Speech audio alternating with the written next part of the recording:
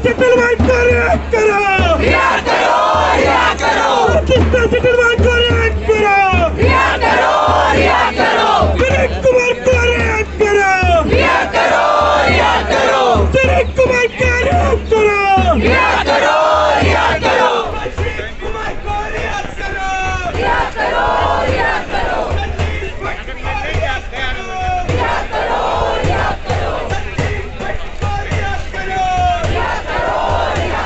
तानाशाह के खिलाफ लड़ना हमारे देश के इतिहास में दर्ज है और हम अपने इतिहास के साथ गद्दारी नहीं करेंगे। एहसान जाफरी का न्याय हम मांगते रहेंगे। 2002 में गुजरात में मुसलमानों को टारगेट करके जिस तरीके से हत्या किया गया, जब नरेंद्र मोदी वहां के मुख्यमंत्री थे, वो पुलिस कंट्रोल करते थे, जो पुलिस चाहती मुसलमानों को बचाने में इनकार किया, उन सारे लोगों के लिए न्याय हम मांगते रहेंगे। हम देखते हैं कि आपके जेलों में कितना जगह है मोदी जी, आपके जेलों में कितना जगह है अमित शाह की, आप भरते तो जगह कम हो जाएगा, इस बात को मानिए। दिल्ली दंगा या पैटर्न सेम है। खड़े होकर जिस व्यक्ति ने कहा कि हम दंगा करेंगे, हम वायलेंस करेंगे, कपिल मिश्रा अभी तक खुला घूम रहा है। अभी दिल्ली से वो कभी जाते हैं गुड़गांव, कहीं दूसरी जगह, वहां जाके वो मैसेकर का कॉल, वो नफरत गर्दी ये फैला के आते हैं। इतिहास सब कुछ दर्ज कर रहा है और जनता भी सब कुछ दर्ज कर रहा है। न्याय का ये लड़ाई चलेगा। 2002 में गुजरात में जो मुसलमान मारे गए थे, उस हत्याकांड के खिलाफ न्याय हम मांगेंगे। दिल्ली में जो दंगे हुए, दिल्ली में जो मुसलमान मारे गए टारगेट करके, उसके खिलाफ, इस गण हत्या के खिलाफ हम न्याय मांगेंगे।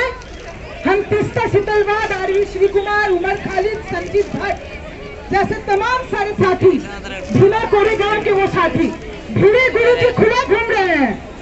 हमने भीमा कोरेगांव का वो वीडियो पूरा दुनिया देखा है।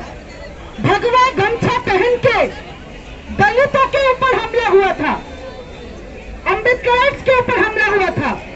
जिन्होंने ये वायलेंस रचा वो खुला घूम रहे हैं। मुर्दाबाद, मुर्दाबाद, गुजरात के दिल्ली को सारे कैदियों को रिहा करो, रिहा करो, रिहा करो, साथी तीस्ता को रिहा करो, रिहा करो, रिहा करो। जिस तरीके से प्रधानमंत्री जी को क्लीन चिट दी गई और उसी टाइमिंग में, उसी सेम टाइमिंग में साजिशकर्ता बता दिया गया तेजता को, उसको किस तरीके से देखते हैं? वो तो मैं कह ही रही हूँ कि लगता है कि ये जजमेंट कहाँ लिखी गई मुझे भी खत्म। मैं सोच रही हूँ क्योंकि हस्ताक्षर तो है, कोई क्लियर करे कि हमने जजमेंट लिखी, हस्ताक्षर हमारा है, वो भी नहीं कोई बता रहा है। तो जिस तरह से पूरा जैसे लगता है कि स्टेट नहीं लिखी है, जो लफ्ज़ है वहाँ पे, जो वर्ड्स यूज हो रहे हैं और जो ग्रामर है, ग्रामर बिल्कुल ठीक नहीं है इसमें, सब उल्टी सीधी है। मैं तो टीचर हूँ तो हम लोग तो पकड़ेंगे गलतियाँ, तो उसमें जो भी है हमें तो लगता है कि इसमें बहुत सारे फॉल्ट्स हैं। और ऑलमोस्ट जैसे कि टेलीपैथिक तरीके से उसी वक्त प्रेस कॉन्फ्रेंस होती है, उसी वक्त FIR लिखा जाता है, उसी वक्त अरेस्ट होता है। हमें लगता है कि पूरा प्री प्लान एक तरीके से चल रहा है। और मैं अपील करूँगी कि हमारे सुप्रीम कोर्ट से कि देखिए, आपसे भी ऊपर एक न्यायालय है, आपके ऊपर भी एक न्यायालय है, आपकी जवाबदेही वहाँ होगी और जनता के कोर्ट में आपकी जवाबदेही होगी। अगर हमारा भरोसा आपसे भी उठ गया तो वो उंगली आपके ऊपर आएगी और इतिहास आपको माफ नहीं करेगा। बहुत कुछ हुआ है, टायरेंट्स आए हैं, हिटलर ने क्या क्या नहीं किया, लेकिन अल्टीमेटली क्या हुआ उसको, और जो लोग उसके साथ खड़े हो गए उन लोगों के भी जवाबदेही थी, उनको वॉर क्राइम्स के लिए ट्राई किया गया उसके। तो मोदी जी को हिटलर मानते हैं क्या? मैम आखिरी सवाल है, हिटलर मानते हैं क्या? मैम आखिरी सवाल है, अगर जिस तरह से अल्पसंख्यकों के साथ हो रहा है, अगर आप खड़े होकर उनके घरों को डिमोलिश होते हुए देख ले तो आप हिटलर शाही में लगे। हिटलर ने यही काम किए थे, आप पूरा इतिहास देखो एक एक करके, कि जूस के फिर घर तोड़े जाने लगे, जूस का रोजगार खत्म कर दिया गया, आप रोजगार खत्म हो गए। आपने जूस को कोशर हलाल से रोक दिया था, तब उनका रोजगार अफेक्ट हुआ था। आपने जूस और नॉन जूस की शादी बंद करवा दी थी, यहाँ पे वो लव जिहाद करा रहे हैं। आपने यूनिवर्सिटीज को खत्म कर दिया था, आपने स्टॉर्म ट्रूपर्स चला दिए थे जो वायलेंटली आपको दबा के, आपकी आवाज़ कुचल के आपको कोई बात नहीं रखने देते हैं, तो वही काम इनकी ABVP करती है। तो जो कदम है वो तो उसी पे चल रहे हैं, हम तो वही कहेंगे जो हम देखते हैं। और 2002 में क्या हुआ, चीफ मिनिस्टर थे, वहाँ पे नरसंहार हुआ संजीव भट्ट को, उसके बाद उम्र कैद की सजा एक पुराना 30 साल का पुराना झूठे केस में डाल दिया गया, तो वो अलग बात है। लेकिन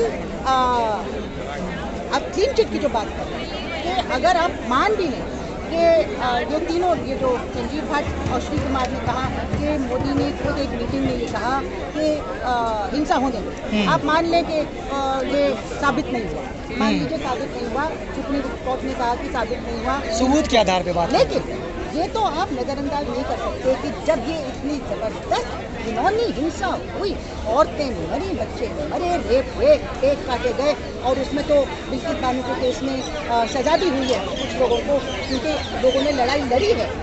आपको तो मानना पड़ेगा कि क्लीन चिट मिल ही नहीं सकती जब आप चीफ मिनिस्टर हैं। आप चीफ मिनिस्टर हैं, या तो आप टोटली इनकॉम्पिटेंट हैं, और इनकॉम्पिटेंस के दिनों तक कैसे चली 3 दिन, कैसे आप गौरव यात्रा के आप बयान दे रहे थे, कैसे आप कह रहे थे कि एक्शन और रिएक्शन होता है, तो क्लीन चिट तो मिल ही नहीं सकती, ये तो क्लियर है। लेकिन हाँ, हो सकता है ये सबूत सुप्रीम कोर्ट को नहीं लगा काफी कि इन्होंने खुद ही कहा कि हिंसा होने का, वो मानने को तैयार है। रिस्पेक्टफुली लोगों के जजमेंट को एक्सेप्ट करते हैं, जहाँ पे हम चैलेंज करेंगे हम अपनी राय रखेंगे, सुप्रीम कोर्ट की जजमेंट्स को भी एनालाइज करने का हमारा हक है।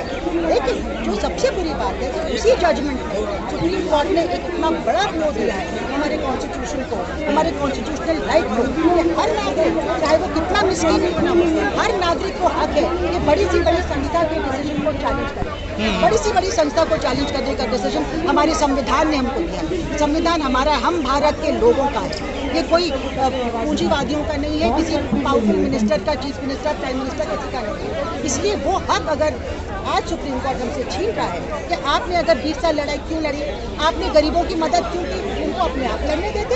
अगर लोग एक दूसरे की मदद नहीं करेंगे तो कैसे गरीब आदमी कभी भी कोर्ट में जा पाएगा, कैसे भी वो वकील करके, उसके पास ना पैसा होता है, ना लिटरेसी होती है, ना नॉलेज होती है, कभी भी उसको न्याय नहीं मिल सकता। तो आप ये गुनाह कह रहे हैं कि गुनाह है लोगों की मदद करना, यही गुनाह इन्होंने तीसरा सिकलवार के खिलाफ मढ़ा है, और ये सबसे बुरी बात है। ये चीज़ इनको वापस है। इसके लिए एक रिव्यू के लिए मुझे लीगल जानकारी नहीं है, लेकिन एक रिव्यू पिटिशन या पिटिशन ज़रूर डालना चाहिए, क्योंकि ये सबसे खतरनाक बात ये है। और इसी चीज़ को इस्तेमाल किया गया, तुरंत एक प्रेस कॉन्फ्रेंस हुई, होम मिनिस्टर ने किया, तुरंत एक FIR उसी टाइम पे तैयार हो गया, और तुरंत उनका अरेस्ट भी हो गया। तो इतनी मतलब कि खतरनाक बात हो गई हमारे देश में कि किसी के लिए, न्याय के लिए लड़ना गुनाह है, न्याय के लिए किसी की मदद करना गुनाह है, ये सबसे बुरी बात है। अब रामराज कैसे, रामराज मैंने तो नहीं देखा भाई, रामराज क्या होता है मुझे तो नहीं पता, मगर जिस तरीके से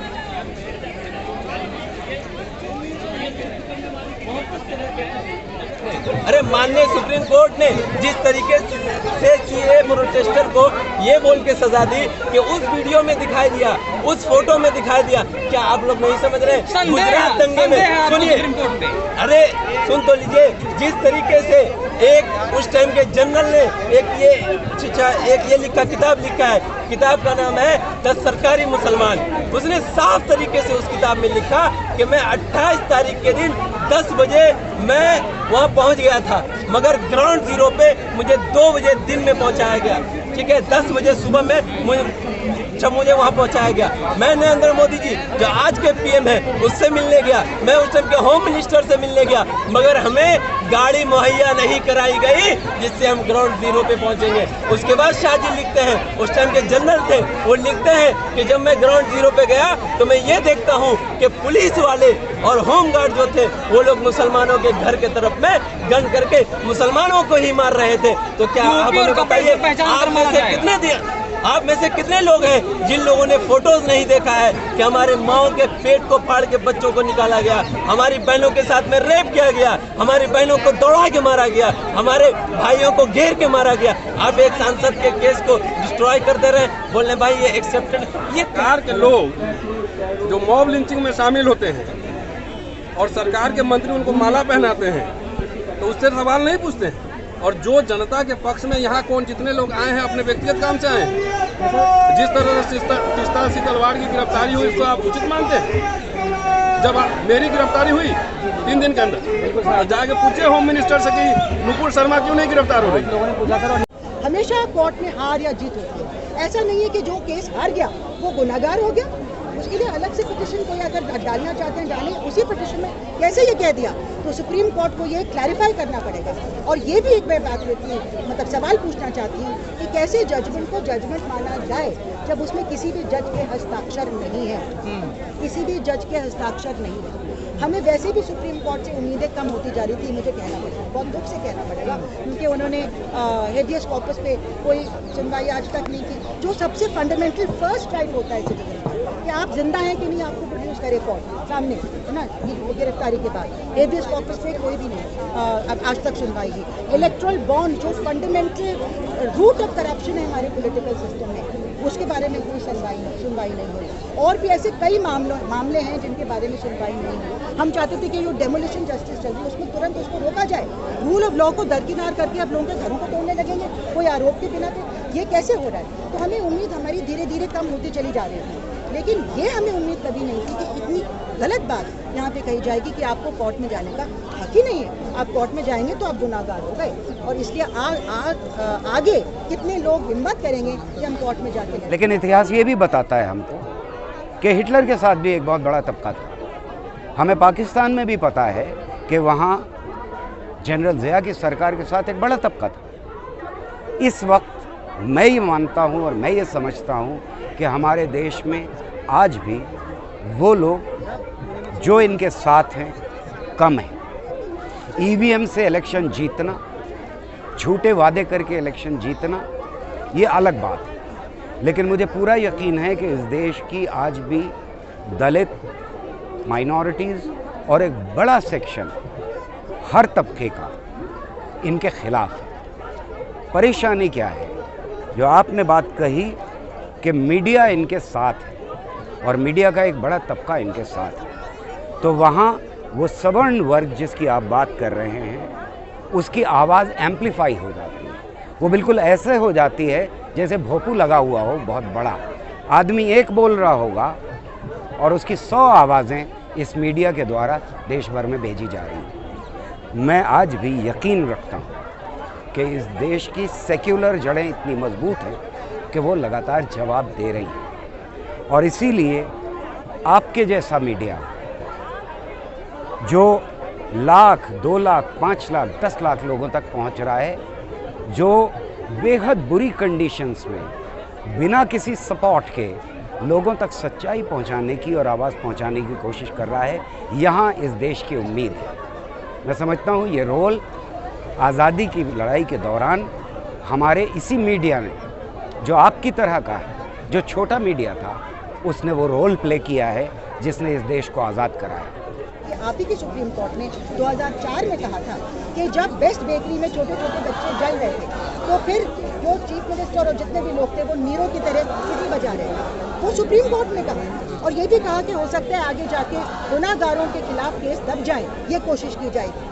वही सुप्रीम कोर्ट तब कह रहा था, और आज सुप्रीम कोर्ट जो न्याय के लिए लड़ रहे हैं उन्हीं को जेल में डलवा रही है। ये कौन सी बात है?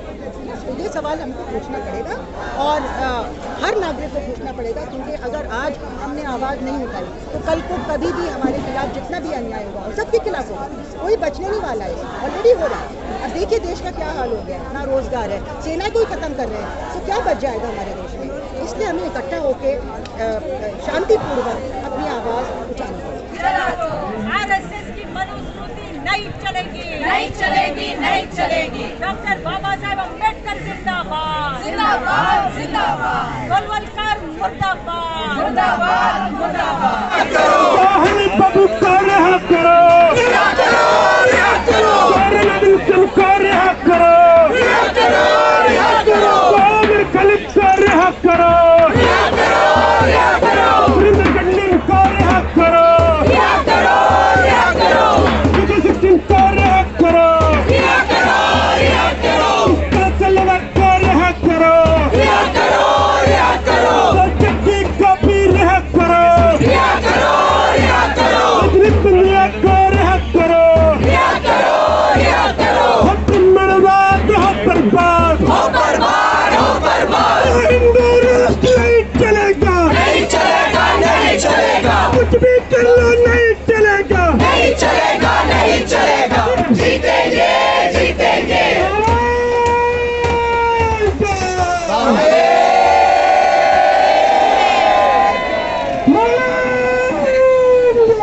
जीते